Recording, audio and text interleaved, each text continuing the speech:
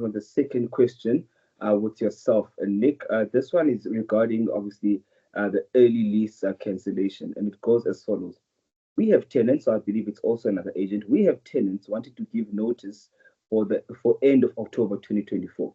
However, they have agreed to renew for a further 12 months, which will end in March now 2025.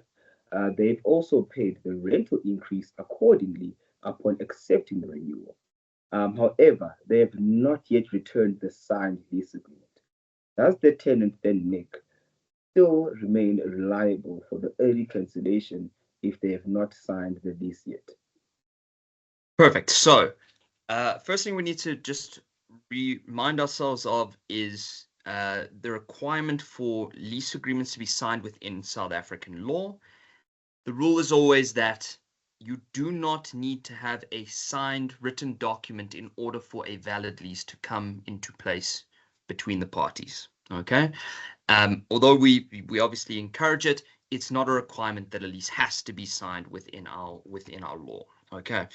And so what you do when you have a circumstance where there isn't a written document that has been signed between the parties, you determine whether there is in fact a lease agreement by looking at the conduct of the parties and the circumstances. And the writer in this particular case has given us some great information about what has happened between the parties. So there's been a renewal, there's been an increase in terms of the agreed renewal, and the tenant has been paying since March. Okay, so we're a couple of months already down the line.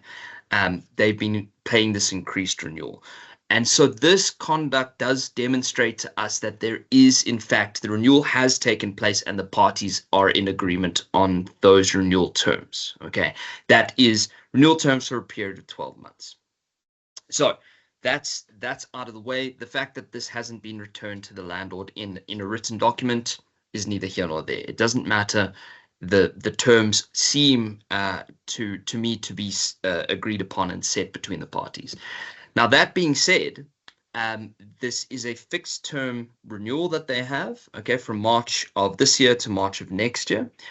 And because it's a fixed term period, okay, we have to consider Section 14 of the Consumer Protection Act. So Section 14 of the Consumer Protection Act is going to allow this tenant in the circumstances to terminate the agreement earlier.